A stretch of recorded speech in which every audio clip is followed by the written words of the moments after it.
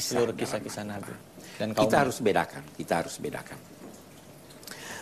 Kalau saya berkata kisah itu berbeda dengan berita, ya kan? Kisah itu ada kisah simbolik, ada kisah yang benar-benar terjadi. Ya. Kalau saya berkata kisah maling kundang, benar-benar terjadi atau tidak itu? Tidak. Itu kisah simbolik, tetapi maknanya sangat dalam, ya kan? Oke. Di dalam Al-Quran ada kisah simbolik. Tetapi kalau dia bicara soal Nabi, itu kisah yang benar-benar terjadi. Beda kan? Ya. Nah, jadi benar-benar ada ad atau tidak itu? Ada. Itu sudah terbukti. Memang ada sebagian kisah Al-Quran yang belum terbukti. Kalau kisah Ad itu terbukti tahun 1992 melalui satelit ditemukan itu kota Iran. Melalui pesawat Challenger, melalui pesawat dari Perancis, mereka mendapatkan di Jazirah Arabia satu tempat namanya Madain Saleh. Itu menyorot ke bawah, ada dilihat garis-garis perjalanan. Kemudian digali, ditemukan bangunan-bangunan tinggi. Jadi waktu gempa itu tertimbun atau longsor, ya itu tertimbun, masih ada itu tiang-tiang, ada bangunan segi 8. Itu Fir'aun diceritakan, mau lihat Fir'aun ke Mesir, ada tuh. Muminya ada di Mesir. Kalau Fir'aun kecil banyak, ya. Itu jadi memang belum semua terbukti, tetapi kita berkata begini. Kalau sebagian sudah terbukti, yang belum terbukti apa Anda ingkari atau Anda berkata belum tentu. Yang mana lebih bersikap ilmiah gitu. Kalau ada satu orang cerita pada ibu 6 berita, 3 sudah terbukti, yang 3 ibu katakan kamu bohong, atau kita katakan boleh jadi benar, boleh jadi salah. Boleh jadi benar, boleh jadi salah. Itu sikap ilmiah. Jadi kalau ada yang belum terbukti, sikap ilmiah itu berkata saya belum tahu ini bisa jadi terbukti atau tidak. Kalau sudah 4 yang terbukti, 2 belum terbukti, saya berkata kemungkinan besar yang 2 juga benar. Ya, jadi kisah Al-Quran seperti itu. Oke. Baik. Terima kasih banyak Pak Quraisy. Ini banyak kisah-kisah kalau kayak Shahibul Kahfi itu bagaimana Pak Quraisy? Ashabul Kahfi sudah ada di Yordan. Sudah ada ya? Ada. Dia punya. Jangan kemana-mana. Kami akan segera kembali lagi, tetaplah di Tafsir Al-Misbah. Ya, kita kembali lagi di Tafsir Al-Misbah mengenal surah Al-A'raf. Tentunya bersama Bapak Quraisy Shihab, dan pembahasan kita kali ini adalah dari ayat 73 sampai ayat ke-84. Nah, Pak Quraisy, pembahasan ini sepertinya juga menggelitik para pemirsa yang ada di rumah ingin bertanya sama Pak Quraisy. Kita dengarkan pertanyaan yang pertama. Silakan. Assalamualaikum Pak Quraisy. Kita mengenal dan meyakini 25 nabi dan rasul. Kisah-kisahnya dalam Al-Quran singkat, namun kita kadang-kadang menemukan buku yang membuat panjang lebar kisah-kisah nabi, bahkan sampai ciri-ciri fisik dan silsilah keluarganya. Nah, yang saya mau tanyakan, bagaimana dengan kesalahan atau kebenaran kisah di buku-buku tersebut? Terima kasih. Wassalamualaikum warahmatullahi wabarakatuh.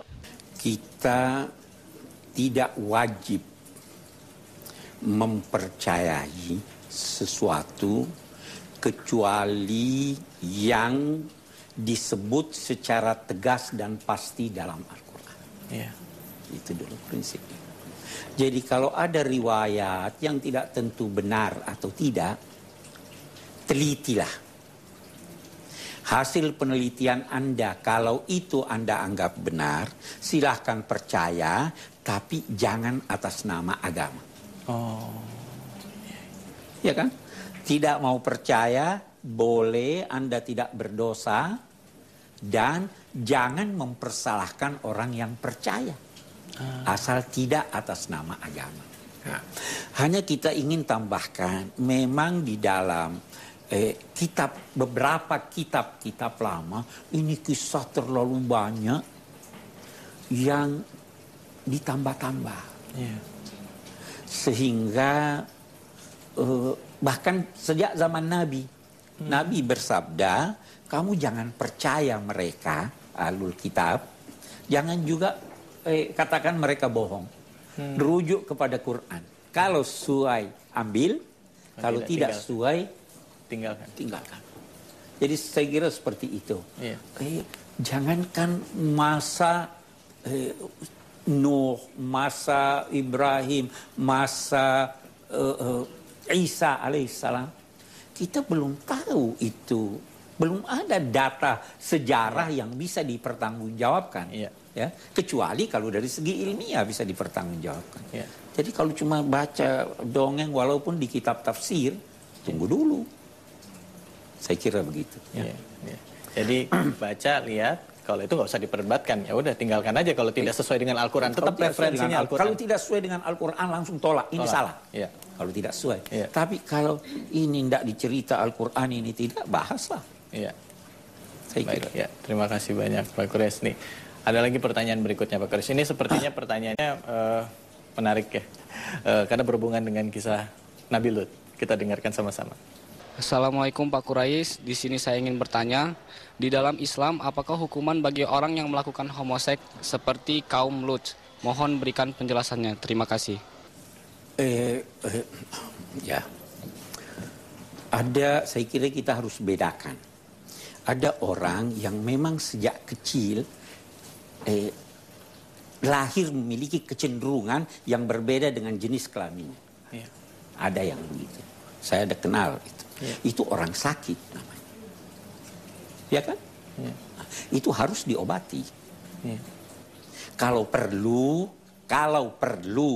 setelah bertanya pada sekian dokter bahwa tidak ada obatnya kecuali operasi, silakan.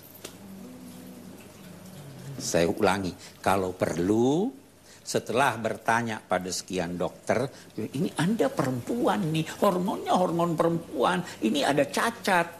Ya. Operasi itu menurut hemat saya. Saya pernah tanyakan juga ini kepada pemimpin Tinggi Al-Azhar, dia bilang saya setuju, tetapi harus hati-hati.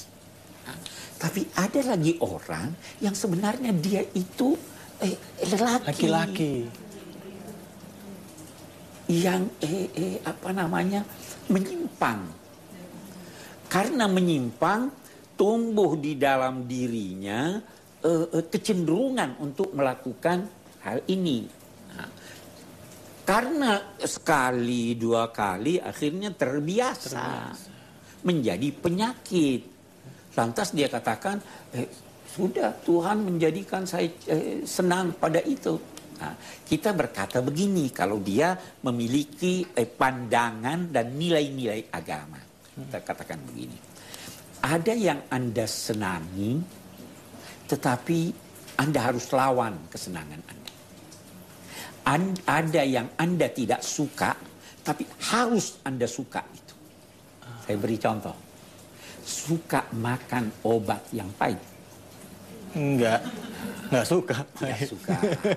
Tapi Anda paksa diri Anda makan obat yang pahit. Ya kan? Ya, begitulah ini. Secara manusiawi itu melanggar. Binatang pun tidak begitu. Ini salah. Anda harus lawan itu. Jangan lantas memperturutkan. Sama satu orang perokok, saya senang rokok. Berbahaya buat Anda rokok. Dia lawan keinginannya demi kesehatannya, jadi begitu. Jangan lantas berkata, oh ini sudah Tuhan yang kasih saya. Iya. Saya kira itu ya. Pak Quraisyab nanti akan kembali lagi tentunya untuk mengulas kembali dari ayat 73 sampai ke 84 dari surah Al-A'raf ini. Jadi Anda tetaplah di sini, jangan kemana-mana, hanya di Metro TV tentunya. Ya, menarik sekali tentunya pembahasan kita seputar surah Al-A'raf dari ayat ke-73 sampai ke 84. Tadi sempat disinggung juga mengenai kaum Nabi Lut, ya, di mana sekarang ini di kota-kota besar ataupun di negara-negara berkembang, kaum homoseksual, orang yang suka sejenis sudah mulai coming out. Nah, Islam memberikan pandangan, Pak Quraisyab juga sudah memberikan pandangannya bahwa jika memang dari ciri-ciri fisiknya memang itu perempuan, kalau perlu ya Pak Quraisyab, kalau perlu ya operasi. Tapi kalau misalnya memang dari ciri fisik laki-laki, ya laki-laki, dan itu dia harus dipaksa, harus bisa, insya Allah. Tergantung niatnya kan ya. Kembali lagi kesadaran kepada fitrahnya sebagai hamba Allah dan juga laki-laki. Pak Quraisyab, apa kira-kira yang bisa kita simpulkan dari kesini? Salah satu kesimpulannya ini tadi. Ampun. Oke, kita lihat. Ya kan, daripada saya ngomong lagi. Baik, yang kedua. Di sini ada uraian tentang Nabi Soleh. Ya. Diberi unta. Kita bisa mengambil kesimpulan bahwa setiap nabi itu ada bukti kebenarannya. Ya. Nabi Muhammad bukti kebenarannya Al-Quran. Dan bukti kebenaran nabi itu disesuaikan dengan perkembangan dan dalam 2 tanda petik keahlian masyarakatnya. Nabi Musa masyarakatnya pandai sihir. Dia dikasih keahlian yang mirip, sepintas terlihat sihir tapi bukan sihir. Nabi Muhammad keahlian masyarakatnya itu bahasa, sastra bahasa diberi ini. Ya toh, ini Nabi siapa Nabi namanya? Soleh itu memahak diberi ini. Itu. Kemudian yang selanjutnya yang kita akan ambil kesimpulan di sini bahwa ya mungkin Nabi Lut nih banyak kesimpulan bisa kita ambil. Yang pertama dari kesan yang diperoleh dari Al-Quran, kalau ada kejahatan jangan sebarluaskan. Ya. Nasihati orang tanpa harus menyebut namanya. Seperti hal. Yang kedua bahwa kawin sesama jenis itu bertentangan dengan fitrah manusia, bertentangan dengan jati diri manusia.